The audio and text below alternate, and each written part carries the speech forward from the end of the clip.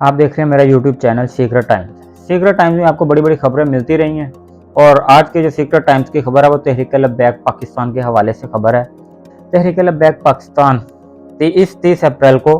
मंडी बहाउद्दीन में एक कॉन्फ्रेंस करने जा रही है जो अमीर TLP नईम चट्ठा रिजवी की क़यादत में मंडी बहाउद्दीन में होगी। नईम चट्ठा रिजवी साहब जो हैं वो सोशल मीडिया